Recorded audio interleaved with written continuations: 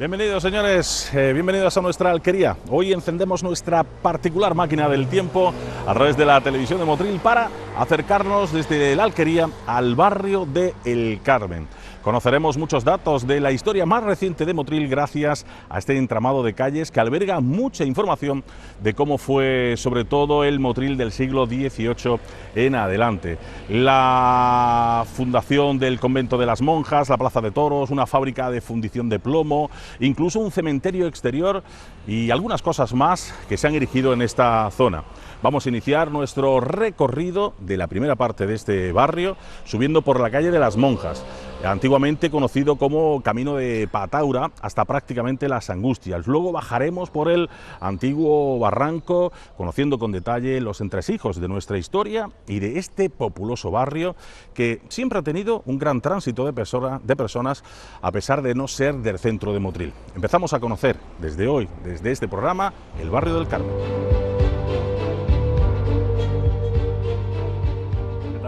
Buenos días, bien. Bienvenido de nuevo, una vez más, a nuestra alquería. Teníamos muchas ganas de nuevo de estar con todos ustedes aquí en la alquería, donde hoy en nuestro programa vamos a conocer el barrio del Carmen, podríamos decirlo así, sobre todo subiendo por esta calle de las Monjas. ¿Es así, no, Manolo? Es así, vamos a conocer un poco el barrio de la Angustia, de las Monjas Nazarenas o de las Angustias y las calles adyacentes que pertenecerían pues a la otra zona relacionada pues con la iglesia del Carmen, el barrio del Carmen, el barrio de San Roque, y a partir de ahí pues vamos a hacer una pequeña visita histórica pues a un sitio que además tiene mucha historia de la ciudad. Es verdad que no es el centro de la ciudad, pero sí que tiene muchas cosas relacionadas con la historia de nuestro pueblo, de la historia de Motril. Hay sitios emblemáticos en esta ciudad y bueno, y otros que hoy no existen, pero que lo fueron en su época y que vamos a recordarlos y vamos a visitarlos, aunque sea mentalmente hoy. Muchas veces pensamos los motrileños, sobre todo mal pensados, que no tenemos mucha historia, que pasamos por nuestras calles, ¿no?, que son calles sin sentido, y aquí vamos a demostrar todo lo contrario, que observando bien podemos conocer muchos detalles de nuestra historia. Sí, por ejemplo, ahora mismo estamos en la calle de las Monjas, ¿no? Esta calle, que se llama calle de las Monjas desde el siglo XVIII,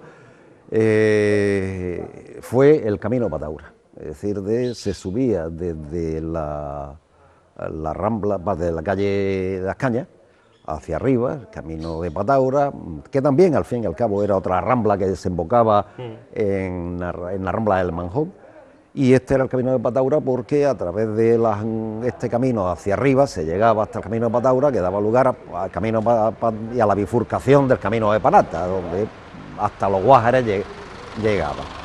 Era una zona muy tradicional de Motril, poco poblada en otras épocas. Es una zona que empieza a poblarse a partir del siglo XVIII, pero es poco poblada, seguramente es Montebajo lo que tenemos aquí, y poco poblada, es decir, más arriba casi de lo que hoy conocemos como el convento de las Nazarenas, pocas cosas habría, es decir, pocos sitios habría, es decir, incluso hasta bien entrado el siglo XX hay pocas viviendas a partir de la mitad de lo que hoy es el Camino de la Angustia, ¿no?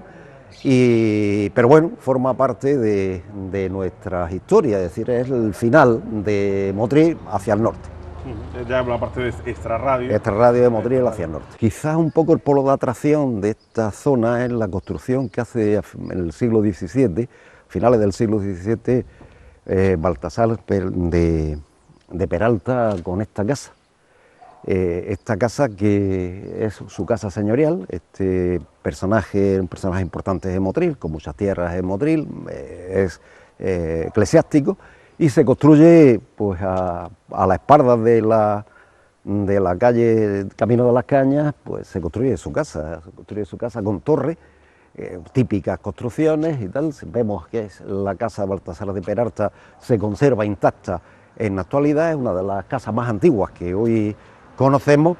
¿De qué época? Finales del 17, para 1679 estaba construida, porque se usa esta casa como hospital de enfermos de la epidemia de peste de 1679, es decir, que ya se usaba esta casa y curiosamente en esta casa, que fue, digo, hospital de enfermos apestados de la gran epidemia de 1779 estuvo ayudando en esta casa a Sor Sebastiana la Cruz, que es la que después funda el convento de las Nazarenas en Motril. Aquí Sor Sebastiana de la Cruz.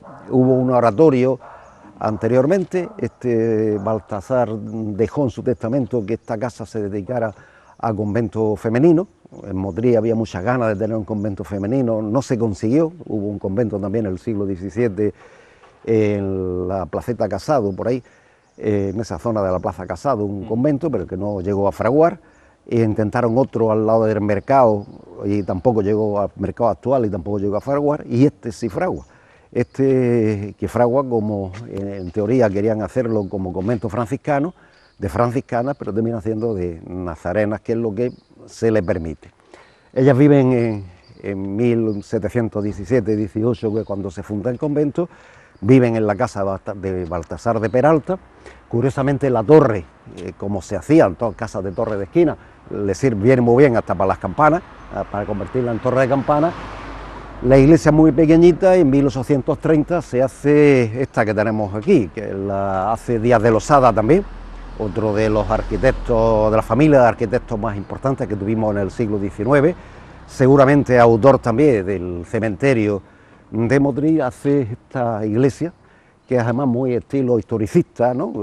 Hace una iglesia muy al estilo románico, ¿no? De estilo historicista, recuperando pues algunas cosas como la portada de arco medio punto con arquivoltas y tal, o la parte de arriba pues con esos arquillos superiores que son muy típicos del arte románico. Es decir, hace una mezcla aquí del siglo XIX, pero imitando al arte de la época románica. Incluso hace la única iglesia que tiene zaguán de entrada, ¿no? Es la única que tiene zaguán de entrada, que además tiene 3 puertas, 2 laterales y una principal, es la única que tiene zaguán. No hay otras iglesias que tengan zaguán de entrada, nada más que la iglesia, haciéndola, lógicamente, imitando el modelo románico. Nos encontramos un poquito más hacia arriba, vamos subiendo la calle Monja, estábamos hablando del convento de la Nazarena. Nos vamos dando cuenta cómo la calle toma una gran importancia, una gran anchura, y además está pues escoltada al lado y lado con calles también estrechas. Hemos visto calle Rey, los diferentes Fernando, callejones. Estamos a la altura de la calle Buenos Aires. Pero bueno, hay que decir, antes de continuar el paso hacia arriba, la importancia, ¿no?, que tenía este convento. Y recordamos en esa época de la peste también los enterramientos que se hacían, pues, siempre normalmente se hacían cercanos, sitio, ¿no? Claro. En este caso más en el barrio de las Parragueras. El barrio de las Parragueras. Esto después se arregló un poco, ¿no? Es decir, que evidentemente no es como la encontramos hoy, ¿no? Prácticamente a partir de donde termina el convento de la Monja empezaba el camino de la Angustia. Es decir, que son dos cosas distintas. Un camino de la Angustia donde hay cortijos, hay, por ejemplo, el cortijo de los coheteros, por poneros un ejemplo, familia de los coheteros de Motril, pero son cortijos un poco más. Es curioso, pero además hay una fuente de agua, ¿no? Hay una acequia que hoy todavía supongo que se sigue manteniéndose, pero bajaba por detrás del convento de las Nazarenas desde los montes del Magdalite para regar la huerta de las Nazarenas, ¿no? Es decir, y todas las casas y todas las huertas que había a este lado de la calle, pero a partir de la mitad de la calle vivía hasta bien entrado el siglo XX, eran chozas y bueno, almendros y zonas sin cultivar, zonas de cultivo, y hasta llegar a la ermita de las Angustias, ¿no? La ermita de las Angustias, que era la confluencia pues del camino que venía desde la Posta, de la calle esta de aquí y de la calle de las Angustias, y por otro lado la calle que ya tira para Pataura. Más arriba del convento empezaba el camino de las Angustias, ¿no? Donde lo que había eran cortijos, algunos pequeños cortijos y tal. No había ningún tipo de urbanización. Este modelo de urbanización es muy moderno, es decir, prácticamente de la segunda mitad del siglo XX, de los años 60 para acá, es cuando empieza a construirse el camino de las Angustias hasta llegar a la Angustia, y en los años 80-90 se construye incluso por detrás de la ermita. La realidad es que poca gente que vivía aquí en esta zona, pues gente muy pobre, había muchas tipo choza, tal, se decía, no solo los que vivían en el barranco, sino los que vivían también en esta zona. Quizás pues, lo más llamativo de esta calle es la construcción de la Plaza de Toros, ¿no? Que se construye en 1916, se inaugura el 17 de octubre de 1916 con motivo de la Feria de Octubre y es la única plaza de toros que se construye al revés que todas las plazas de España. Mientras todas las plazas de España se construían del nivel del suelo para arriba, en Motril se aprovecha el barranco para hacer una plaza de toros, es decir, de nivel de calle hacia abajo. Y la construye una sociedad fundada por el alcalde de Motril y la familia Burgos, Santiago Burgos Careaga, que es el que cede los terrenos, y el alcalde Pérez Santiago, y dan pues su primera corrida de toros pues el 17 de octubre de 1916 con esta plaza que tenía una capacidad en aquella época para 4.500 espectadores, y es lo que los motrileños pedían, tener una placita de toros, porque antes había una plaza de toros, pero de las desmontables que se hacían en el llano de la Fundición o en la zona de la Plaza de la Aurora, por ahí se hacían también algunas corridas de toros. Aquí ya se hace una plaza de toros de obra, estable, que además dura hasta los años 90 del siglo, a mediados de los años 90 del siglo XX, y bueno, pues ofreció muchísimos espectáculos taurinos, de cantantes y de todo, ¿no? Sirvió como multiuso, ¿no? De multiuso del mundo del arte, ¿no? Ya sea taurino, sea del mundo de la música, o del mundo hasta del voceo, las veladas voceísticas de la Plaza de Toros de Motril. Y bueno, pues tuvo un éxito importante en aquella feria de 1916, fue la primera feria que se hace con plaza de toros de Motril, y de la tierra que se sacó de allí se arregla esta plaza central de aquí, se arregla la parte de atrás del Barranco de las Monjas, que es la parte de atrás del convento, se arregla un poco la zona de la calle de la Rambla del Cementerio Viejo en el otro lateral, y se rellena un poco toda la calle, un poco pues, con la tierra. Por eso quizás la altura, la diferencia de altura tan más grande que tenemos aquí, porque se rellena con la tierra que sacaron de la Plaza de Toros, se rellena prácticamente esta zona. Y en este caso estamos prácticamente en el inicio, ¿no?, de esta calle de las Monjas, pero nos encontramos calle Buenos Aires. Tú y yo siempre hemos hablado que no se le ponen los nombres a las calles al azar. ¿Algún motivo tiene? Sí, este es un motivo muy curioso. A principios del siglo XX, sobre los años 20, viene un señor de Argentina, que viene de Buenos Aires. La gente de Motril pues, empieza a conocerlo como el de Buenos Aires, y la calle sigue llamándose con el nombre de la calle del de Buenos Aires, calle Buenos Aires actual. Aquí estaban también, en esta calle Buenos Aires, estaban los aperos de la familia González Carrascosa, estaban aquí, que no hace muchos años que se han derribado la última parte, es decir, pegando casi a la Plaza de Toros, y los aperos donde se alojaba la gente que venía a trabajar al campo, a cortar la caña.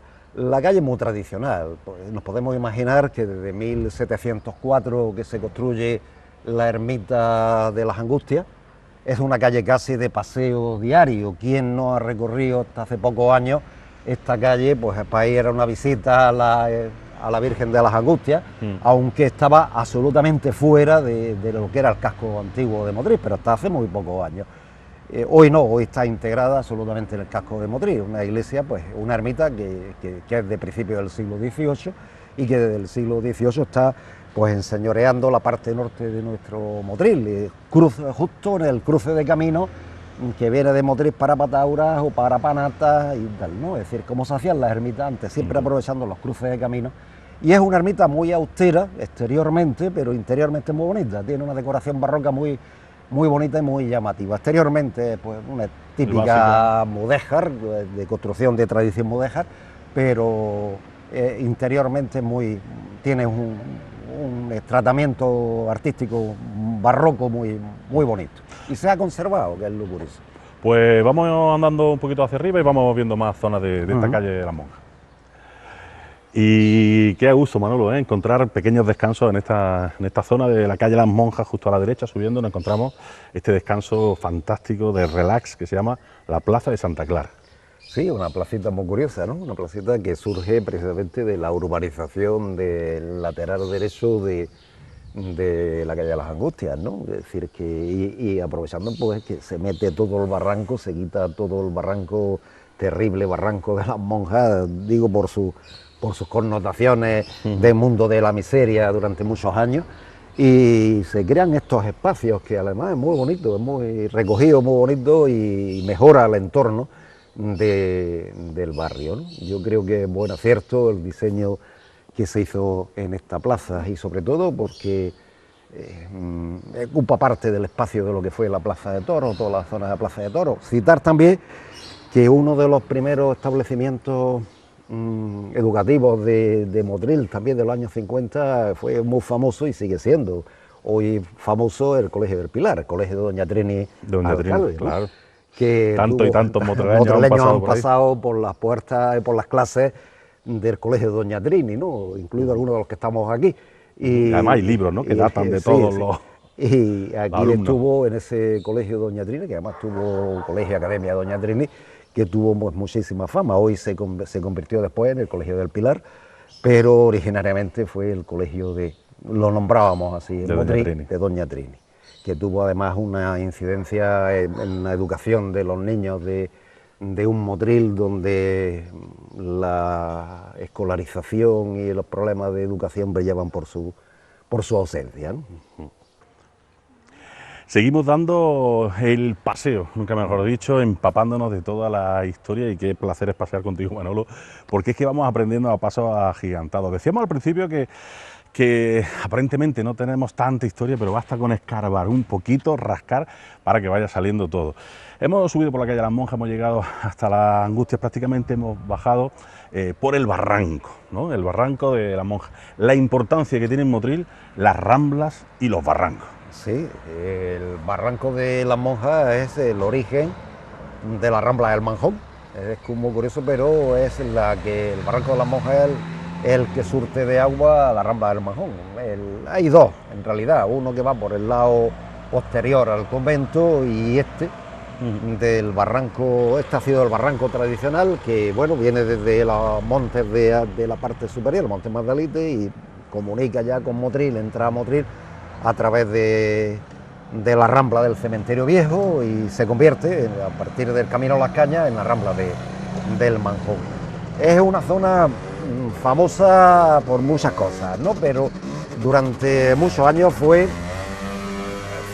vivienda de la gente más humilde de Motril, ¿no? Durante muchos años, sobre todo después de la guerra civil, aquí fue una época de miseria, una zona de miseria, el barranco tremendo, hasta que los años 70, 80 ya empieza a quitarse y después en los años 90 urbanizado, tal como lo conocemos nosotros hoy, pero fue una de las zonas más marginales de Motril, toda la parte de atrás de la Plaza de Toros, y por desgracia pues muchísima gente vivió mal en este barranco famoso de las Monjas. Pero por otro lado, también en el barranco de las Monjas tuvimos una fundición de plomos.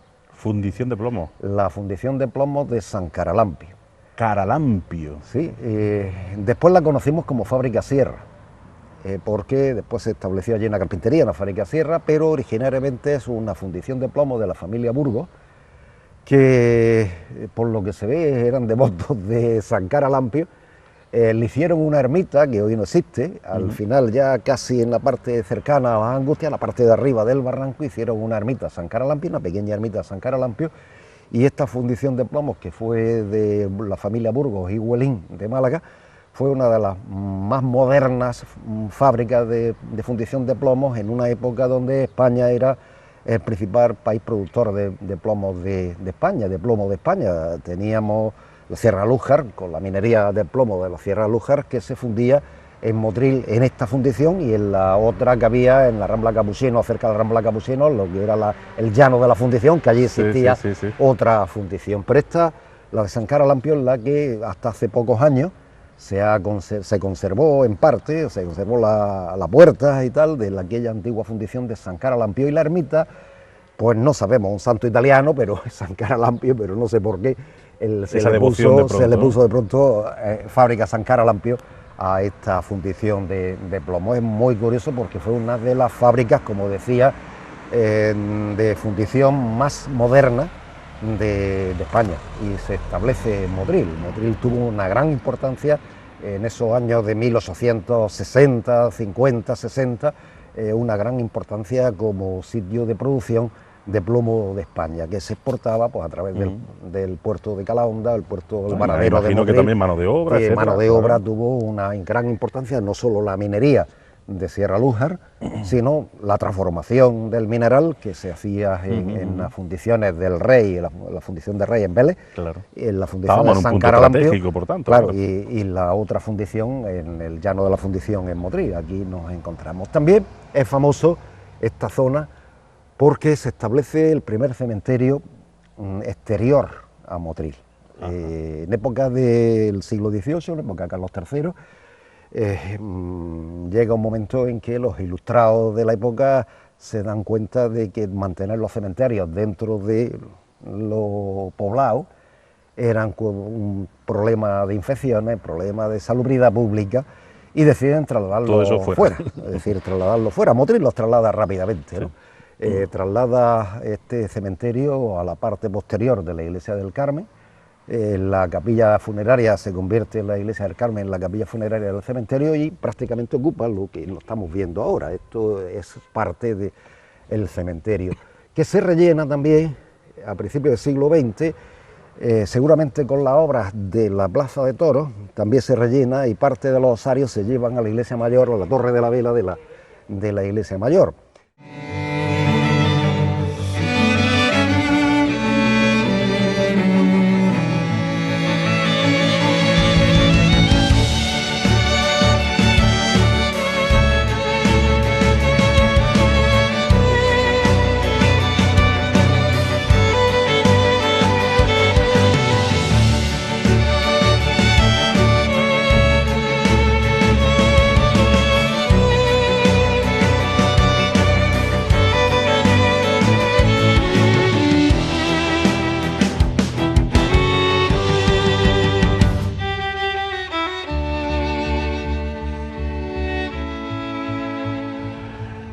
Seguimos en nuestro recorrido, dejamos de momento el Barranco de las Monjas y nos metemos en una de las transversales. Manolo, yo te comentaba que precisamente notamos cómo esas arterias principales son las que suben, esas ramblas o barrancos, y cómo encontramos esas callecitas estrechas, siempre pegadas, de acceso a las principales. Nos encontramos en Pontanilla y en calle San Ricardo, un ejemplo de ello. Por la calle Pontanilla, que comunica la calle San Roque o calle Burgos con el Barranco, con la calle Buenos Aires y el acceso hacia calle Cementerio Viejo, y la calle San Ricardo, que comunica paralela al Camino Las Cañas, perpendicular Camino Las Cañas, y comunica el Camino Las Cañas también con esta zona.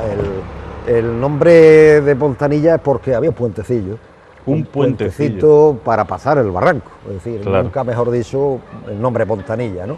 Es muy antiguo también, ya en el siglo XVIII aparece con ese nombre, con calle Pontanilla. Y la calle San Ricardo porque se llama Rambla de San Roque.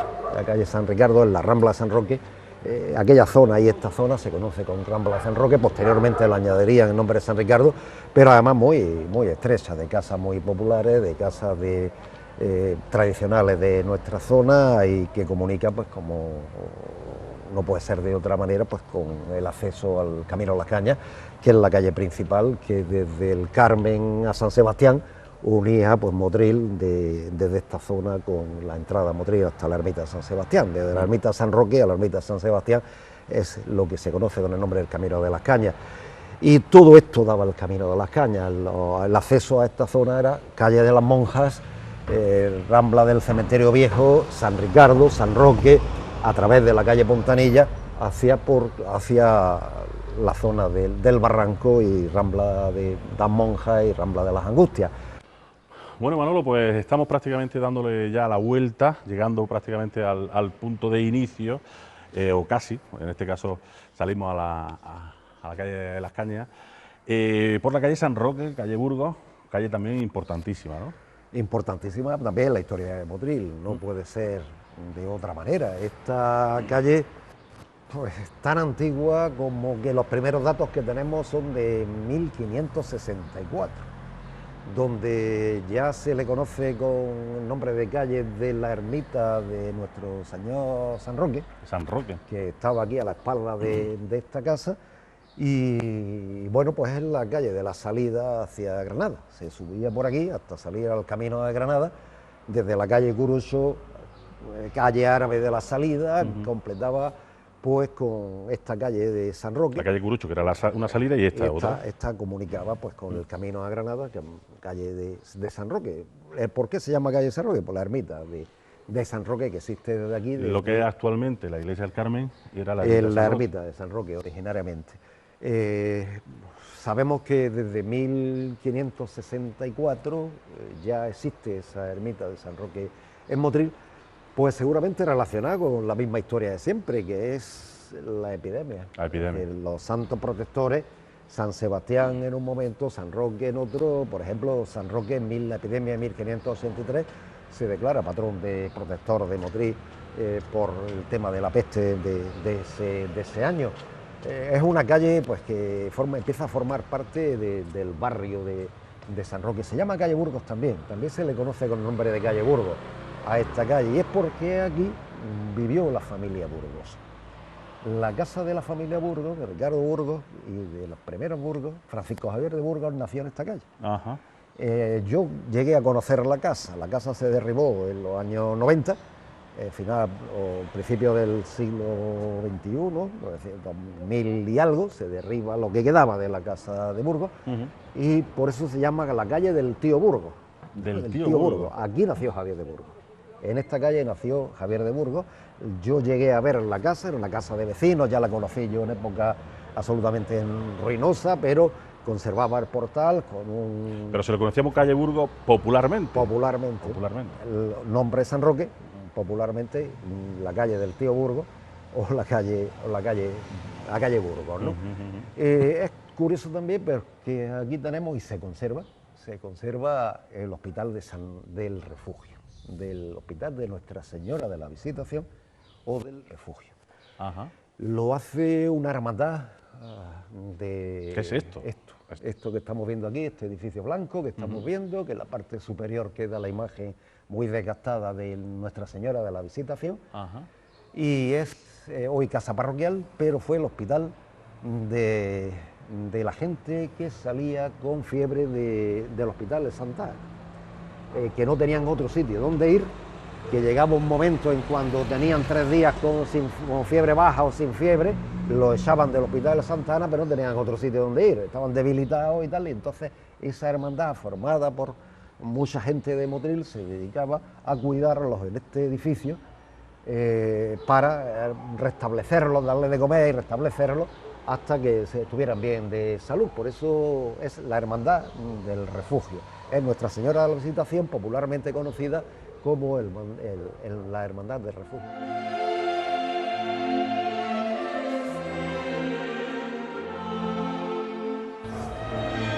Con el sonido de las campanas vamos a finalizar en el día de hoy. ¿Cómo no? Finalizamos nuestro recorrido en esta placeta tan importante también para la historia de Motril. Estamos justo en la entrada de la iglesia del Carmen, lo que era antaño la ermita de San Roque, tal y como nos ha explicado Manolo hace tan solo unos instantes. Manolo, aquí finalizamos hoy nuestro pequeño recorrido a toda esta zona, ¿no? Finalizamos en la ermita de San Roque, lo que había sido la ermita de San Roque, que como decía ya es conocida en la primera mitad del siglo XVI, es uno de los patrones protectores de la ciudad. Ya en la epidemia de peste de 1563 la ermita existe, se trae la imagen de Granada, se le hace patrón Motril, se le procesiona para la epidemia de peste y así a lo largo de la historia. La ermita no debe ser gran cosa, yo creo que ha quedado detrás de este marmotreto que se ha construido modernamente, ese trocito de ermita que queda ahí de San Roque, de esa iglesia de San Roque, que estaba justo en un promontorio elevado a la terminación del Camino de las Cañas. Como decía, para los motrileños era el camino que iba desde San Roque a San Sebastián, ¿no? Las dos ermitas emblemáticas del centro de Motril, San Sebastián, recordamos situada, que estaba Casa La Palma, Casa La Palma, situada a la salida de Motril hacia Málaga, que hacia Lobreña, y la de San Roque, la salida de Motril hacia Granada, que es curioso, antes, muchísimo antes que después la ermita de las Angustias, que como hemos dicho es de principios del siglo XVIII.